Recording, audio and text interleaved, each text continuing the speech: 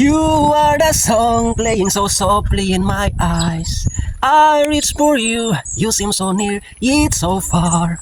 I hope and I'm afraid you'll be with me someday. I hope down inside you are mine. Gang gang! Alright!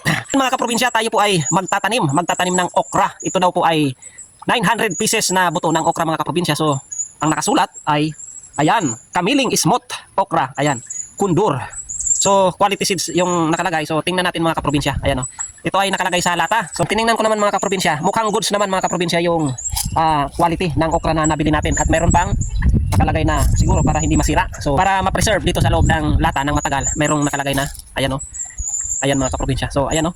900 pieces na buto ng okra. So, ayan, Kundur quality seeds. Kamiling Smooth Okra. So, subukan natin mga kaprobinsya. So, naisip ko mga kaprobinsya, itanim dito sa gilid lang ng ating pagtataniman ng ating talong at ng ating sili mga kaprobinsya. So, patuloy yung ating pagtatanim. Hindi tayo tumitigil sa pagtatanim mga kaprobinsya para nang sa ganon, itong pamamaraan natin mga kaprobinsya, lahat ng sulok ng ating area na malinis din naman at puno ng tanim na nyog at maliliit pa naman yung ating tanim na nyog ay mapakinabangan natin. Maging productive at maging kapaki-pakinabang yung bawat sulok ng ating area. Dahil napakalinis ng ating area na pwede natin pagtaniman.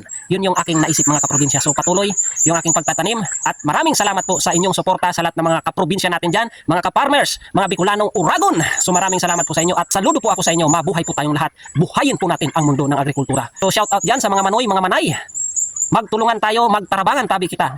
Mag-ingat po tayong lahat. Palakasin yung ating katawan na siyang puhunan sa ating pagtatanim. God bless. Peace bye. Alright. Gang gang.